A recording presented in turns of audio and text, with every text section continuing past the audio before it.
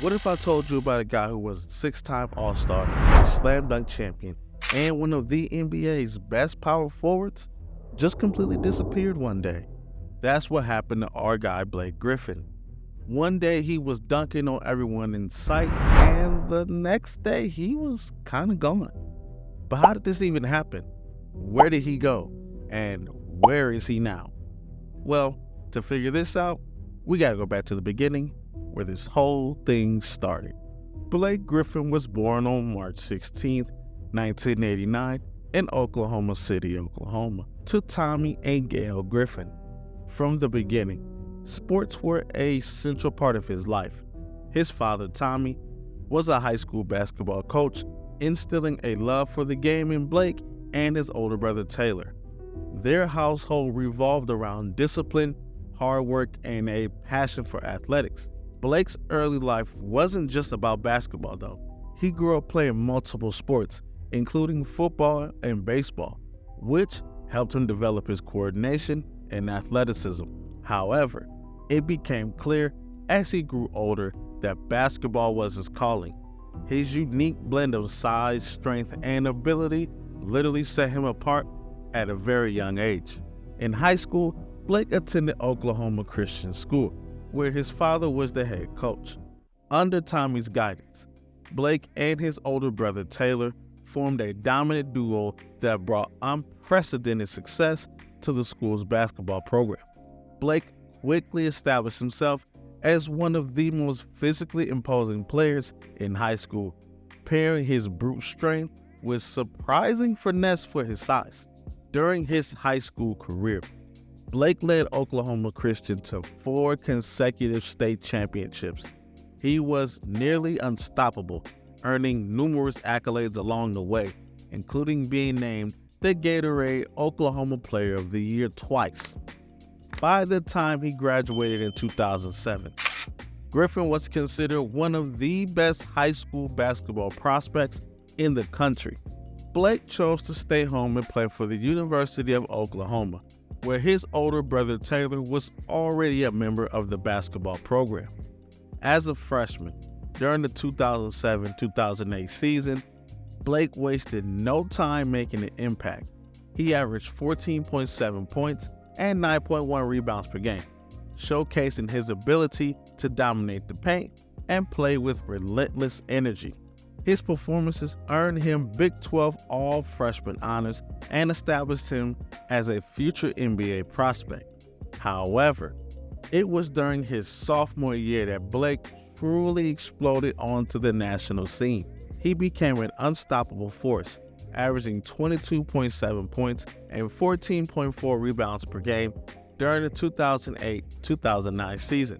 Blake at this point was a walking double-double, blending his powerful dunks with relentless rebounding and a rapidly improving skill set.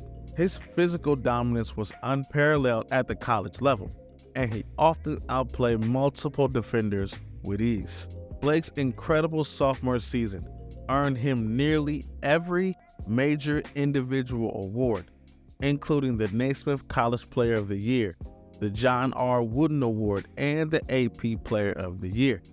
His leadership also propelled the Sooners to the Elite Eight in the NCAA tournament, cementing his legacy as one of the greatest players in Oklahoma basketball history.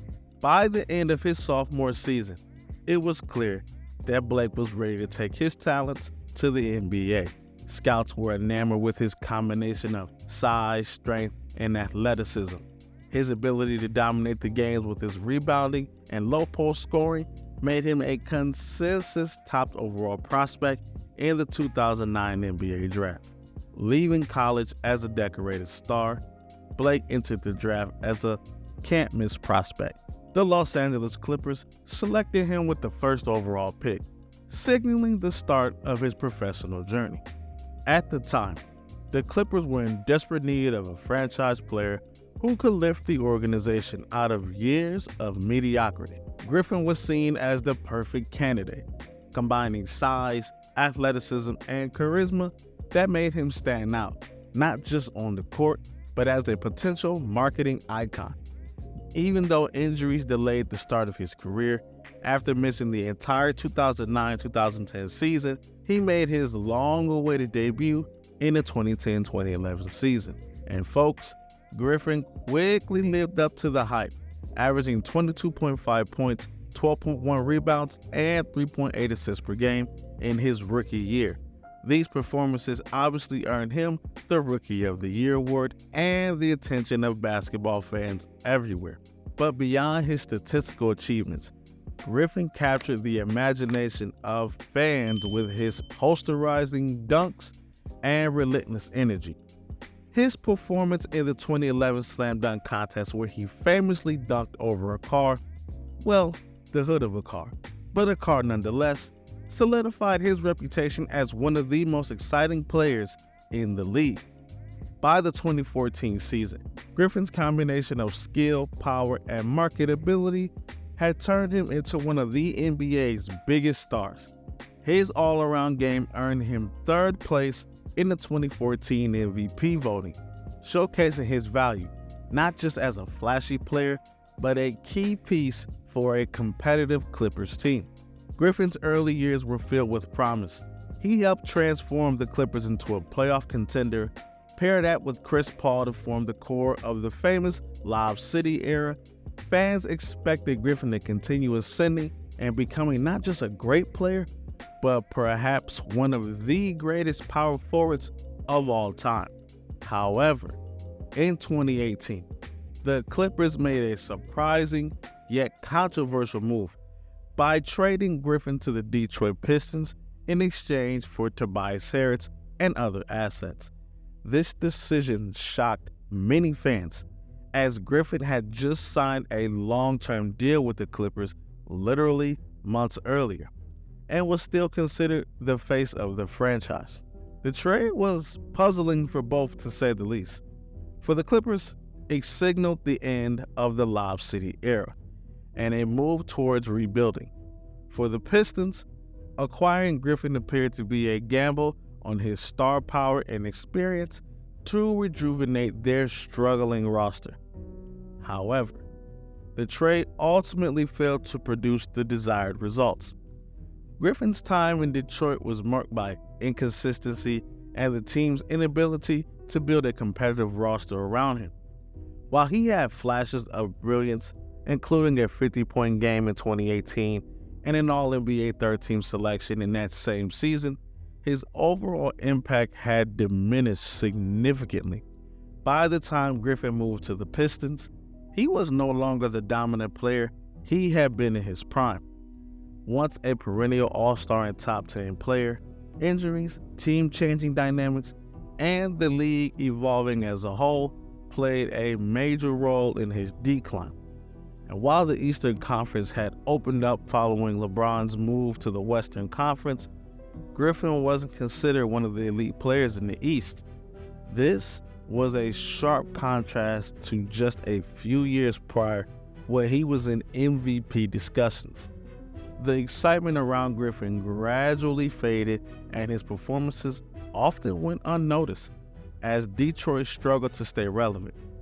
And after playing 3 seasons with the Pistons, Blake was waived and bought out and eventually signed with the Brooklyn Nets, where he played 1 season before signing with the Boston Celtics, where he played the 2022-23 in what would end up being his final season.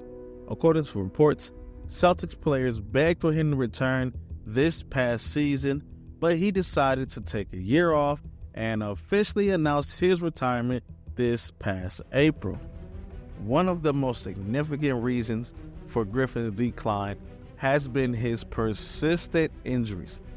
Even before his NBA career began, injuries were a concern. He missed his entire rookie season due to a knee fracture, and he was dealing with a series of setbacks, including knee surgeries, quad injuries, and back problems. These physical issues sidelined him during critical moments, preventing him from gaining momentum and staying consistent. Injuries also robbed Griffin of his explosiveness, which made him a force early in his career. Without his trademark athleticism, he struggled to dominate the paint and finish above the rim, which had literally been his bread and butter. Instead, he had to rely more on skill-based aspects of his game, such as shooting and playmaking, which were areas he hadn't fully mastered during his peak years. It just wasn't the strong parts of his game. And while he did show flashes of adapting his game, such as improving his three-point shooting, the league had already moved in a direction that required power forwards to be more versatile than ever. Players like Anthony Davis dominated not just because of their athleticism, but also their ability to handle the ball, shoot from distance when needed, and defend multiple positions. Griffin's diminished physical state made it difficult for him to keep up with these demands. When Griffin entered the NBA, power forwards were still primarily defined by traditional roles: physical post players who scored close to the basket, defended the paint, and focused on mid-range jumpers. However, as basketball evolved, the demands on power forwards changed significantly, leaving Griffin struggling to adapt to a new style of play. When Griffin was at his best, his dominance relied heavily on his athleticism and strength. He excelled in posting up defenders, rolling to the basket in pick-and-roll situations, and finishing above the rim. These traits made him a prototypical power forward for his era.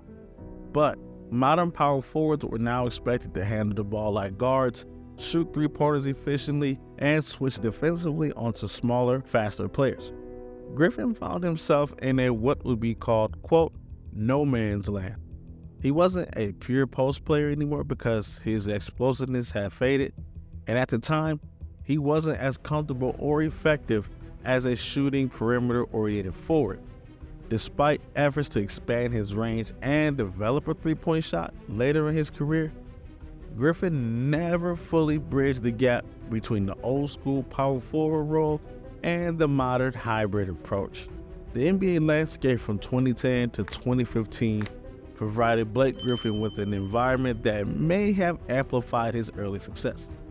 This period was marked by a relative decline in overall talent and a league in transition, which benefited certain players like Griffin. During Blake's peak years, the league was undergoing a shift in playing style. Traditional post play, once a staple of basketball, was being phased out as teams prioritized faster, smaller lineups and three-point shooting. Dominant centers that were long considered the cornerstone of successful teams were on the decline. Players like Dwight Howard were still regarded as the best player at their position, but even Howard was already showing signs of regression, and we know how his career ended. During this transitional period, Griffin's explosive athleticism and ability to thrive in traditional power forward roles made him a standout player. His high-flying dunks and impressive stat lines captured fans' attention, but the broader context of the league may have inflated his reputation. He excelled in an area where the overall talent pool and competition level were not as deep as they are today. As the NBA talent level surged in recent years, players entering the league have demonstrated skills and versatility that rival and in some cases surpass what Griffin achieved at his peak.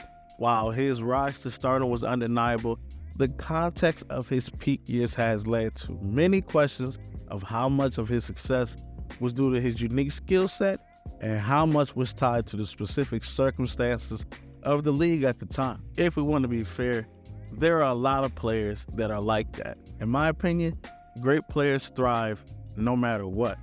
But players like Griffin need to play in a specific time to showcase their abilities. But what do you think? Was his fall from stardom inevitable due to circumstances beyond his control like injuries and the league changing? Or could he have done more to adapt? Let me know your thoughts in the comment section down below.